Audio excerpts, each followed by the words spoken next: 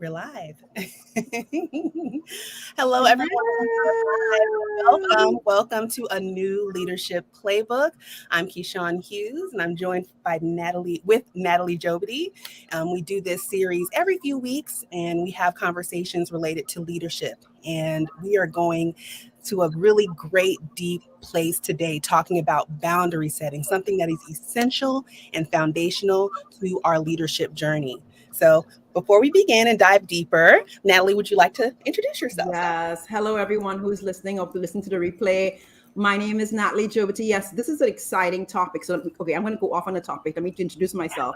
Um, my company is called The Unveiled Way, and I call myself the Brilliance Unveiler because one of the things I realized in the past couple of years is one of my gifts is seeing potential and gifts in people. And so unveiling brilliance is part of my brand, the whole Unveil Way.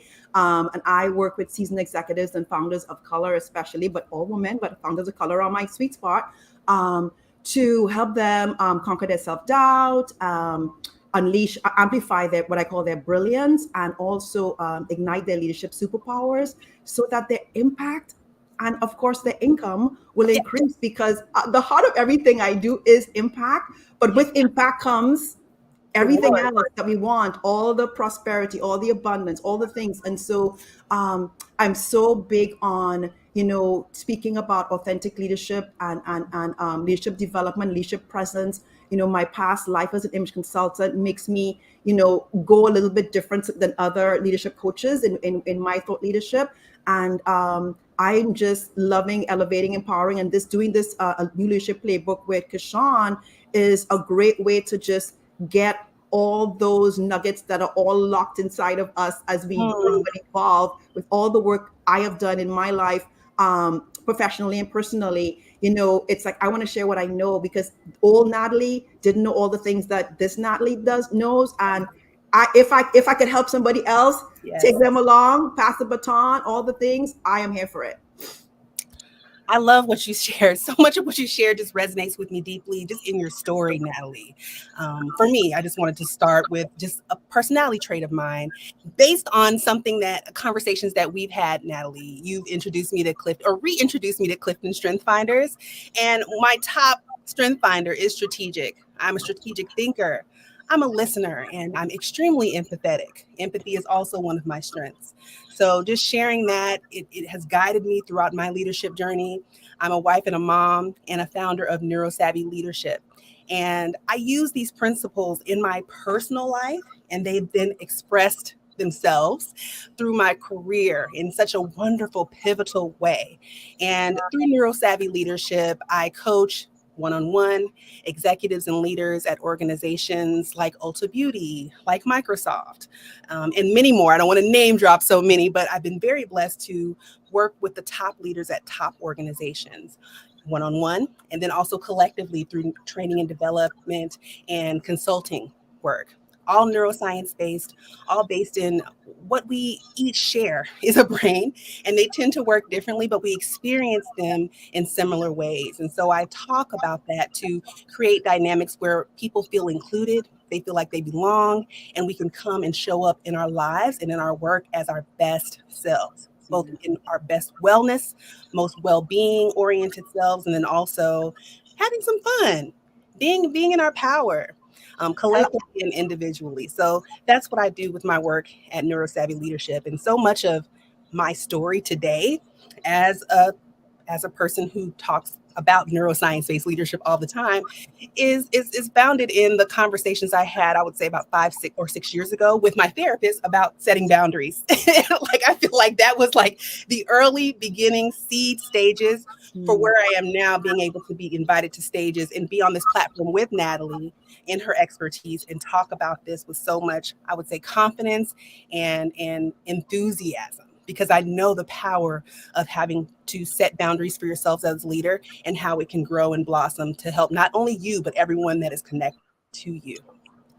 I want to say that conviction of knowing that, like, that's why we were so excited. It's the conviction of knowing if you'll take away just a few nuggets about boundaries and start to implement them, how much it will change your fulfillment in what you do, your joy, and also the strength of your relationships. Because I think a big aspect of boundary setting for me in my personal life and professional life is how it's impacted the way I show up in my relationships and how much more ease I have in those relationships because I'm very clear about my boundaries. And it's like Yes. there's less resentment, there's less like irritation, there's less because when we have very clear boundaries that we honor, because it's not just about setting them, we have to set them and then we have to honor them. And when we Yes. do both, it's like, oh, I don't have to worry about that. Oh, this is so much easier because I know that I don't take, let's say, for example, I don't have any client work on the weekend or after a certain time in the evening. So if my schedule is what it is, my schedule is what it is. If a client says, can you work with me at 8 p.m. Eastern? That's a no for me. And I have no guilt. There's no shame. It's like, no, I work from these hours to these hours. There's my time. And they work within that. And if they can't, I could decide. So here's the other part about boundaries. I could decide in any particular situation to relax my boundary if I want to, but that's my choice. Like, again, it's about our own self-authority Yes. in our lives. And so I feel like boundary setting, I love that I just said that because Me too. boundary setting is one of those pillars, I believe, of our Yes. self-authority. As Absolutely. leaders, as executives, as entrepreneurs, as all the things. It is. It is that. It is that, and so much more. I'm so glad you already dropped a gem, talking about time-based boundaries, like a way for people to approach it. Because I feel like for me, I'll just share my own story. Like going back to that therapy session, how this was possibly in 2018. I can go back and I still remember the moment so clearly. This was pre-pandemic, so I was in the office with my therapist, and she mentioned this during our conversation. She just asked me a question about what type of boundaries I had. And she continued to talk. I remember after that, and it was almost like the Charlie Brown moment where I heard the womp, womp, womp. I didn't hear anything else because I was still stuck on the word boundaries. It was new vocabulary for me. And when it was my turn to respond, I said, what are boundaries? I'm just still stuck on that question you asked me about. Do I have any? What are they even? And that started my homework. She said, well, that would be a great homework assignment for you to go and find out what boundaries are to you. So that's where we want to start. You've already shared a type of boundary that can be extremely successful and powerful for leaders, entrepreneurs. Yes. I'm curious about the definition of boundaries. So yes, for you. Okay, so my book, which you all can see, it's Your Time to Shine, Girl. I definitely mentioned boundaries because, again, it's a very big part of everything. So I'm going to read something. I'm got a couple of definitions I have in here. So Henry Cloud and John Towson have a book called Boundaries. They have a book called Boundaries. They're actually books on boundaries. That's how big it is. So they put it this way, and I quoted it in my book. Knowing what I am to own and take responsibility for gives me freedom. If I know where my yard begins and ends, I'm free to do with it what I like. Taking responsibility for my life opens up many different options. However, if I do not own my life, my choices and options are very limited. So that's one way to look at it. Here's another way. Your boundaries are like fences and not like walls that prevent anyone from getting into your quote unquote yard. So instead, boundaries say, you can come up to this line in my yard, but no further. But you must take ownership of the parameters of your boundaries. One other quick definition. Prentice, this is one I love. Prentice Hemphill. I don't even know who he is, but this is a big thing. He says, he did that. Boundaries are the distance at which I can love you and me simultaneously. Oh, I love that. That's a very simple but profound way to look at boundaries. Honor me, honor you. Acknowledge me, acknowledge you. But it first starts with me.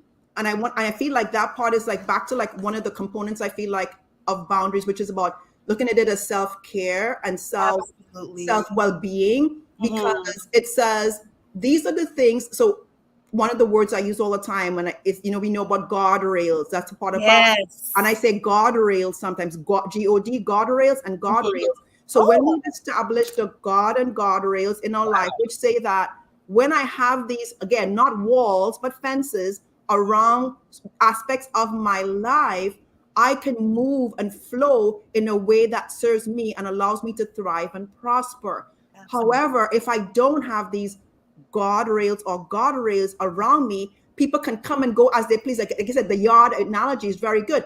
My playground, another word I love it in terms These of are so good. is playing in the playground of Mhm. my possibilities as a leader. If Yeah. I allow a bunch of other people to just come in my playground and anybody can come and play at any time, oh my God, my playground is going to be a mess. But if I have fences around my playground, metaphorical playground, and I have time limits, I have qualifiers of the people allowed in that playground. That's All right. those are what are under the umbrella of boundaries. All So those are boundaries. It's like, so the energy of the people in my life, that's a big boundary I have right now and I honor right now. Like, energetic boundary. who, Yes. who do I want in my circle and what energy do they need to have so that I know that they're aligned with me and my values? Wow. That one is huge. I've actually let go of some people and I'm drawing towards other people because of that very specific boundary connected to the energetics of the person. Energetics, that's a whole other thing in itself. It But is. the heart of it is where their heart, the person's heart posture, because what comes out, what you have in your heart is what we feel and experience as about your being. And so energy for me, energetics is like when I feel a certain way about somebody, that tells me something about where their motivations, where their heart posture, where their intent, all I get a sense of that. And if it's not feeling aligned for me, I don't want them in my playground. I don't want them in my circle. So I establish boundaries of I will engage with you at this level, that's a boundary, but not at a deeper, more intimate, more inner circle level. Yes. And so what I'm imagining, all of the verbiage and the words that you're using are painting a picture, if you will, for me. And I love the metaphorical picture of having a yard, a playground. I'm thinking of those terms, and because they're ones in which we can envision for Yeah. ourselves. I was wanting to also share a definition for boundaries that really speaks to me in another book that I've learned boundaries through. Her name is Dr. Nedra Glover Tawwab. She is a Yeah. therapist and she puts great content that is very practical and useful and easy to understand on her platforms. And she wrote a book called Set Boundaries, Find Peace that I read and took a few notes from. And she describes boundaries as expectations and a need to Mm, help you feel safe and comfortable in relationships. So mm-hmm, simple. They're mm-hmm, expectations that we set for ourselves and mm-hmm. that we put out there so others can know what to expect from us. Right? Yes. They are tied to our specific needs, our very base needs as human beings. We need to have boundaries. I Yeah. feel like as women, I'll say, speak for myself as a Black woman, as a mom, as all the different roles in which I carry, I have been socialized in many ways to just show up and be everything for everyone. I've been socialized in ways to not have any boundaries, to Yes. selfless. Yes. But boundaries are very much about having a healthy self, a Mm, healthy self identity. absolutely. Absolutely, and it's foundational to without boundaries. I'm curious about what my own understanding of self worth is. Because I love that question and love that back to what I said about self-authority, right? You Yeah. have to, one of the pillars of self-authority is having healthy boundaries. So without boundaries, what does that say about you when you don't have or honor your boundaries? It Mm, says that you believe you're not as important as other people. That's one way to look at it. Or yeah. it conveys to me like that people pleasing behavior, like which I was raising my hand. That was me for a long time. Like I will shape shift to be who Yes. they need me to be, which is the Mhm. opposite of I will be who I am and they will meet me there. That's Ah, a whole different way my of goodness. playing. Of playing, of being in the playground together. Yes.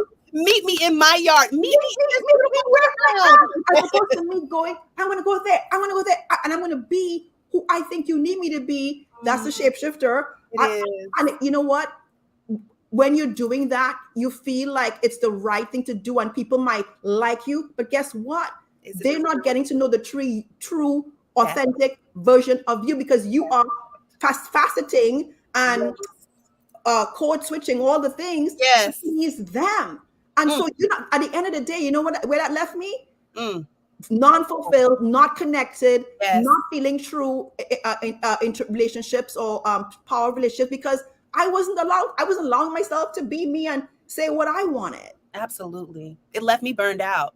And something I learned through that homework and this continued work now 5 years later, deep in my boundary work, I love the way my life in my yard looks now. I can't even say it without like joyfully, gleefully, like just expressing how great I did that homework and now practice it daily. But I just think about that, how important it is. And you talked about energetics. When I think about boundaries and I think about energetics, I see energetics as our energy in motion, emotions in motion. That's how I look at energies, emotions in motion. They have to move, they can't be stuck. And a clue that I've had for myself where I know a boundary either hasn't been set, needs to be, or has been crossed is I feel it first. I have a feeling, a sensory feeling within my body that lets me know, hey, there's a boundary misalignment here that needs to be addressed. So that's great, because so one of my big breakthroughs with boundaries, I came with, and Brene Brown was me. Yes. I love, she's one of my gurus. I don't want to use that word, but she's one of my people I look up to in terms of all the work, I used to dive, I can't get the word, just indulge in all her books and read them over and over again. And one of the things one of the ways I understood about boundaries from one of her, I forget which book it was, is when I realized I would get, I am prone to getting resentful. That's one of my points. Yes. But what she made me see was, well, I don't forget how she put it, but it was like, when I'm feeling resentment, I have to check in with myself with, wait a minute, is that because I did not either honor or set a boundary that was important to me? Because what would happen is, again, not having the right boundaries, people violate it. Guess what happens? I'm feeling like all mine is anger or resentment. Yes. Or, why did that person do this? And then when I learned about, wait, Natalie, was that about them, or was that about you not honoring and not setting, establishing, making clear? Because again, this is an important part. We have to be clear in our communications about what our boundaries are. It's communication. It absolutely. So we have to set them. Then we have to communicate them clearly to others, and then we have to honor them. Because you could set them and communicate it, but then somebody violates the boundary and you don't do anything about it. Guess what? It ain't a boundary then. No, it's not. It's a suggestion. It's an idea. It's a suggestion that somebody put in a box, a suggestion box that maybe or may not be read and opened, right? It's just, yes, it's not useful to you. I love how we just continue to bring it back to you as an individual, back to that autonomy. And it's scary, particularly for, I would say once again, women who either don't have experience with it or they've tried setting boundaries and have had negative or backlash, blowback from setting boundaries. So I'd love to address that. So advice for people who are in that realm now or considering it or have had those types of experiences. So I mentioned to you earlier, Keshawn, that I did a whole 2-hour in-person interactive talk with a group of about 30 women with African heritage about boundaries, and it was supposed to be professional and ended up being personal. And here's why the personal one ended up taking over the whole conversation. It's because when it's people we care and love, and we have either become used to playing a certain role in that relationship, or are so overly concerned about, like, it could be our children, it could be our spouse. Though that's when it's really hard to maintain the boundaries. Because, so a lot of what we're sharing in that 2-hour conversation was about, but what when they ask me this and I want to, as a mother, as a wife, as a sister, as a daughter, that's when it's so hard. So if we can't manage it well in our personal lives, I think it becomes even more difficult to establish them in our professional lives. So I would say the strategy is to try to try to address it from our personal lives first. And then so one of the things to tell yourself when you're setting a boundary in terms of the backlash you could get, especially from people you care about, is, I am not setting this boundary from a place of ill will. I am setting this boundary from a place of the greater good of me and the other people. That's right. And when you can really believe and own that, the way you communicate that boundary and honor it will come from a place of generosity, grace, and love. And so even if the other person, the spouse, the child, the mother, whoever, the brother, the sister, may have a certain way feeling about it, if you keep communicating from that place of, this is for the greater good, mine is important as well as theirs, and you communicate from that and set it from that place, then eventually I believe and know that they will start to respect that boundary. Over It, time. over time, it will take time. It's strategic work that happens over time. It happens over multiple conversations, and we have to use our voices. Yeah. Whether that is a use of our voice in writing first. If we can't speak it and voice it vocally, maybe it's about sending a message. Maybe it's about setting aside time to have a family meeting, to have the time and space to emote, to share in a way that feels comfortable to you. And it might just start with one small request, one small acknowledgement. That's the thing about boundaries. I feel like because they can seem so large and nebulous, people can sometimes deny the power of small beginnings. Yes. I want us to just start there, start someplace small. I love your suggestion to start personally. And I have an additional suggestion. If workplace is the place where you feel you're most empowered and you have boundaries set there, maybe try to transfer some of those skills, transfer some of those learnings, some of those behaviors that you have at work and leverage that at home, and vice versa. If home is the place where you feel like you're most empowered, identify transferable ways to integrate and start small with boundary setting in either realm of your life. I just truly believe, from a neuroscience perspective, leverage the habits that are already the neural pathways that are already in place so that you can have that type of experience in environments that you find yourself in, either home or work. Well, let's go back to the idea of the playground. We have a personal playground, a home playground, and a work playground. And I love what you just said, because I think the key thing you said there is, where do you feel your most empowered self? And so, because to set and honor those boundaries takes confidence, it takes self-assurance, it takes self-worth and value in ourselves. And so wherever we have that, I love that, wherever we feel that the most, whatever playground we're in, where it could be church, whatever life, whatever playground, whatever playgrounds you play in, where you feel your most empowered self, take in how it's impacting you in that playground and transferring that to the other playgrounds you play at. I love that example. Oh, I'm so glad. Yes. Because we want to give practical steps for people. So you've laid them out.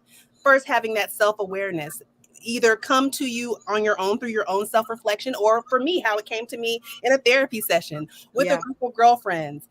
Just understanding and coming to a place where you're asked those questions and then coming up with the answers of, okay, these are the realms in which I see a need for a boundary that I need to now craft and set.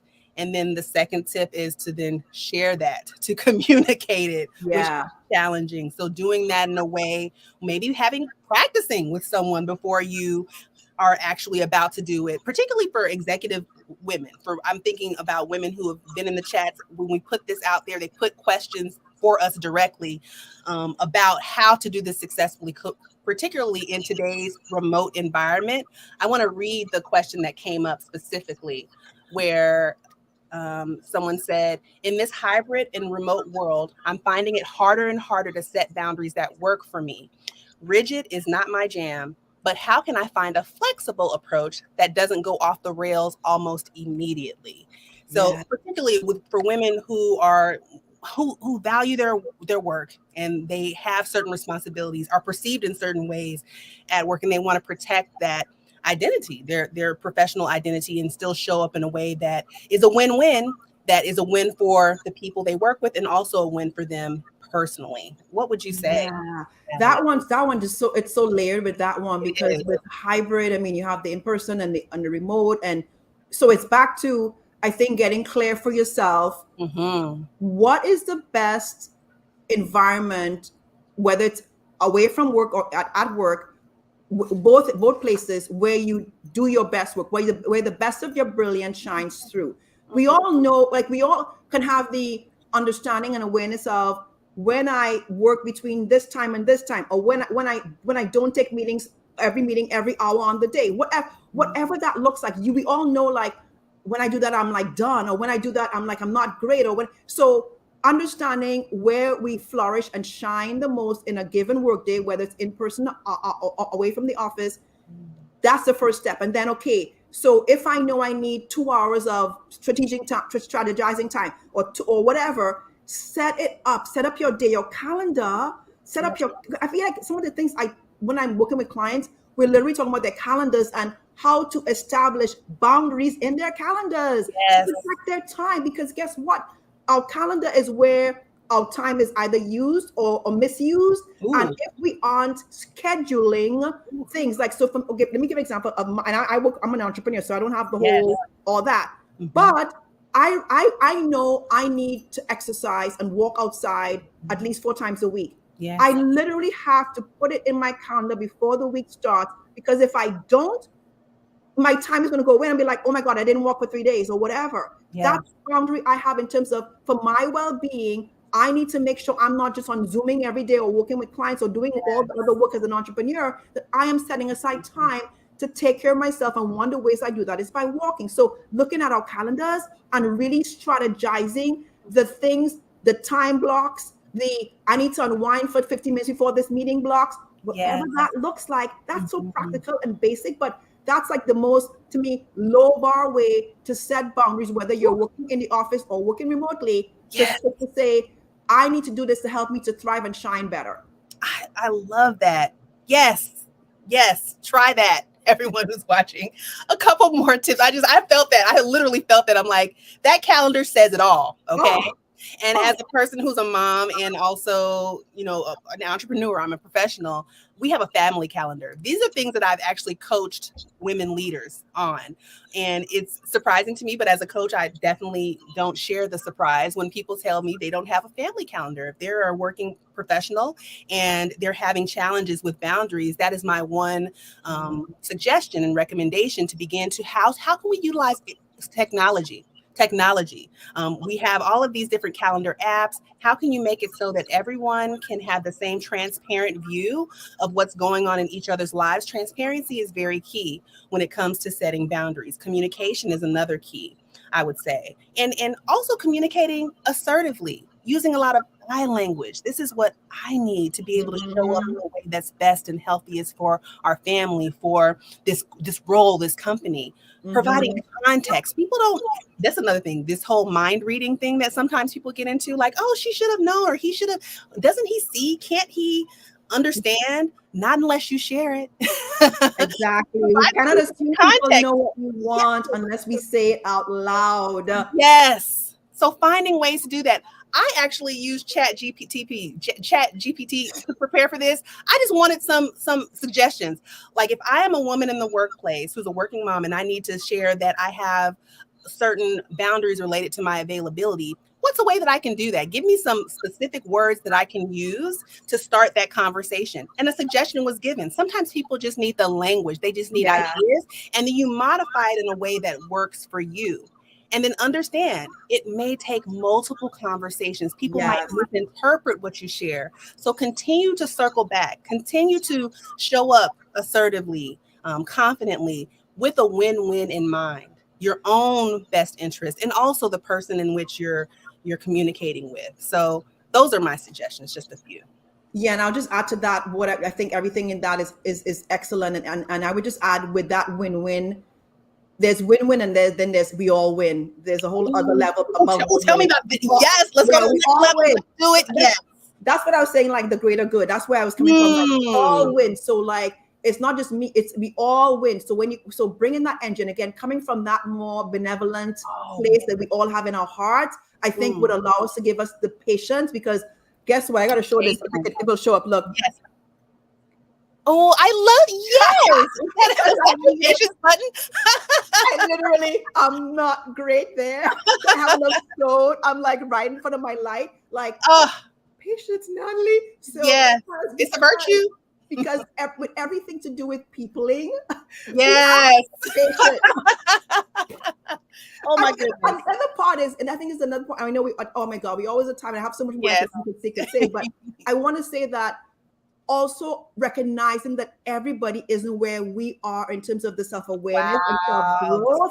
So So good. having the grace and the patience to be like, they may not understand why I'm communicating this. So I'm going to give them the patience to communicate it, like you said, repeatedly, more than once. You might have a boundary wrong. Well, I'm only going to do it this many times. Like for me, it's like, I'll give you this much grace. But after that, okay, I don't have any more grace to give you. That's right. Like, we have to even have boundaries around that. So like how much rope we give, I break grace, how much leeway, how much bandwidth we give somebody else to meet us where we are. And that's our choice as well. But again, have a proper, healthy boundary around. We don't want anyone to take advantage of our grace and our benevolence. We have to protect that as well. Even though it's something we give out, that has to have its own boundary too, because unfortunately, there are people around in our circles who are not for our good.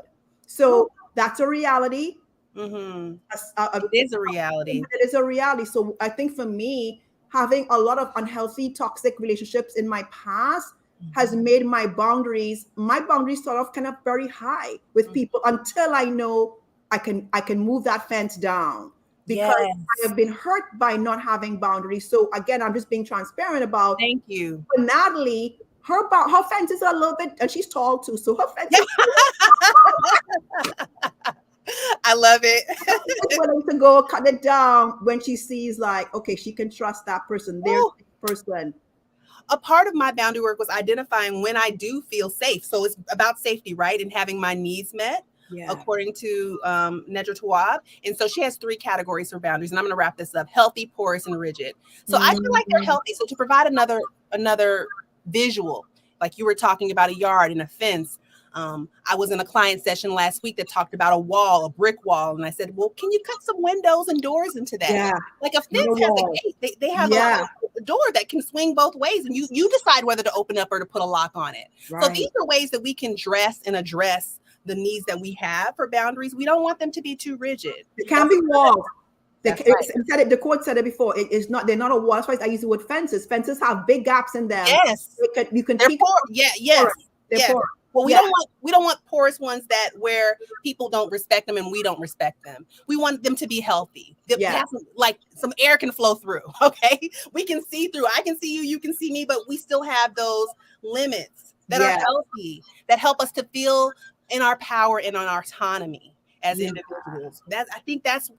I want people to walk away from this understanding that you can sense and feel your boundaries when there's a need for them, when they've been crossed, when you possibly need to adjust them, and communicating them is key. So the feeling orientation and then the communication, I think those are things that I would love for people to walk away with. Is there anything that you want people to make sure they walk away with from this conversation? As you wrap this up, you always can talk for a whole hour and a half. Yes, I will say that I think that, again, back to the three phases to me.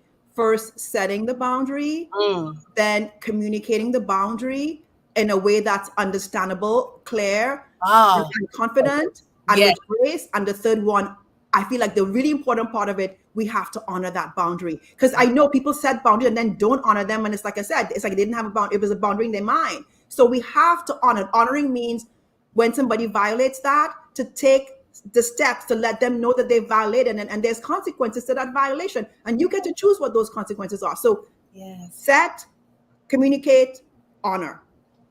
Oh, so good. This was good. Oh my goodness. I needed this. I feel like, because I said I'm still in this journey. I'm still doing my work. We're all in the journey. And that's important too when it comes to leadership. There's never like an end point. It's like there's always a process and an unfolding. I put a comment or a question in the chat. I'm curious, what other topics would you like Natalie and I to cover in a new Leadership Playbook series? We have a really brief survey that we put together.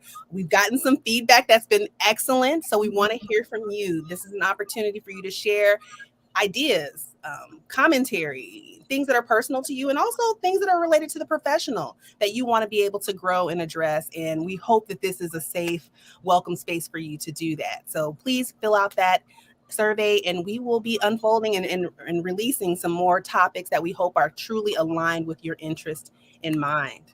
I just put the link to my book because I'm always bad at the link thing. Yes. But in my book, it's so many things in there. But boundaries are definitely a part of that because it's important to leaders, it's important to everybody. Every human needs boundaries. But as executive leaders and founders, that we have to always be reevaluating. And that's another point. Evaluating, do I have enough boundaries, or do I need to modify or change my Yes. boundaries because I'm a different person, or I'm a more evolved version of myself? What needs to change in my boundaries? All of that is part of it. So important. And lastly, I'll put a link to my services. If you're ready to level up in 90 days or less, some people do it in less, with neurosavvy leadership support, please allow me to do that. There's a place where you can go to find out more about what we offer with neurosavvy leadership. But thank you so much once again for joining. Thank you, Imani, for commenting and enjoying this conversation. Please share it with others that you think it will be useful for. And we will see you soon in another 2 weeks on Thursday at 1 p.m. Eastern Time. We'll see you soon. Bye. Bye.